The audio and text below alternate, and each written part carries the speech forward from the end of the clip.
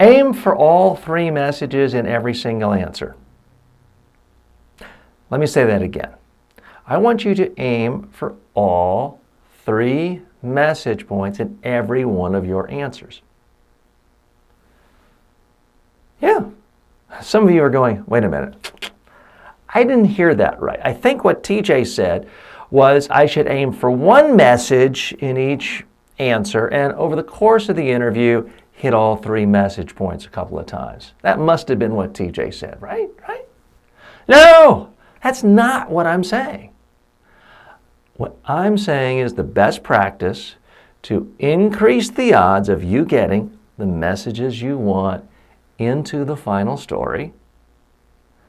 The best practice is to answer every single question and bridge to one, two, all three message points in every single answer.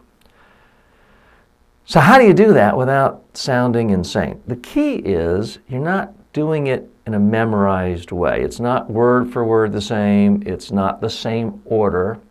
You're going to use different words, different examples, different levels of abstraction. You're going to mix it up. Thematically, you're going to hit the same 3 points, but the examples may be completely different. The wording will be different. The order will be different. So it's going to still sound conversational. This is why your goal when you're in an interview is not to give concise answers. People come to me all the time and say, TJ, teach me to be concise with the media. I want to give concise answers. My question is always, why? Why do you want to be concise? Your goal should never be to be concise with the media. Your goal is to get the messages you want into the final story. I don't have any evidence, and neither do you, that being concise helps you do that. I have a lot of evidence that if you hit your message points and you have good messages and you say them in different interesting ways, especially as we'll talk about in the next section, you package them with sound bites.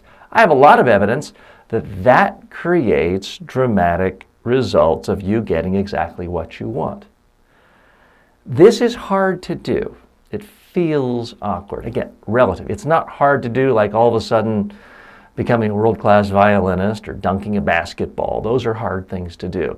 But answering a question and bridging back to all three message points every time feels awkward.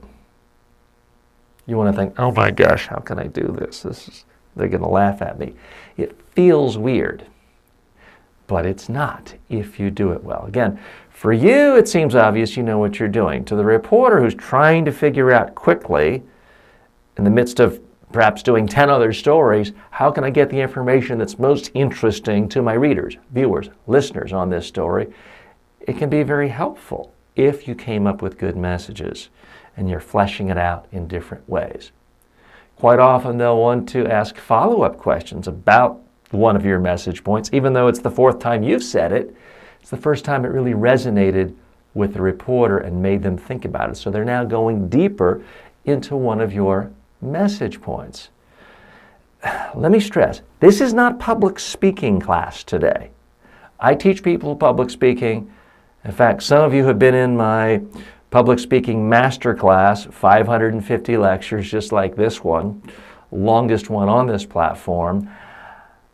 This lesson does not apply there. If you do this when you're giving a speech, a presentation, talking to family, friends, colleagues at the office, they will think you're crazy. They will think you've lost your mind. This is specific to the world of media interviews, especially edited media interviews, where you could be talking to someone 5, 10 minutes, 20 minutes, 40 minutes.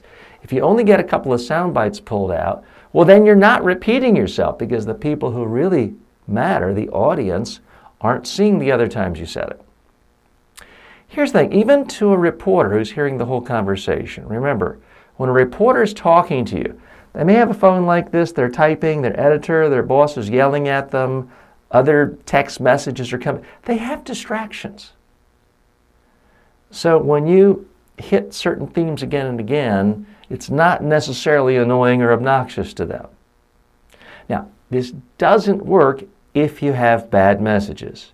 This doesn't work if you are refusing to answer other obvious basic messages or questions the reporter has asked. It only works if you've answered questions and you're satisfying the reporter at some level for all the issues brought up.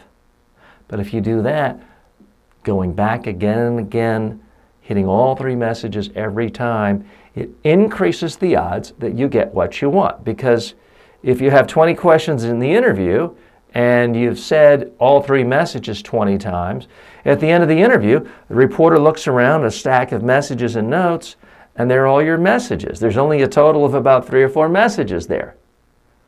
But if every single question you answer it and you just try to educate the reporter as thoroughly as possible, even if you hit all 3 message points at the beginning or the end, you've hit 30 or 40 other message points. So you now have a 3 in 40 chance of getting what you want in the final story. Are you happy with those odds? I didn't think so. So that's why I stress hit all 3 message points in every single answer.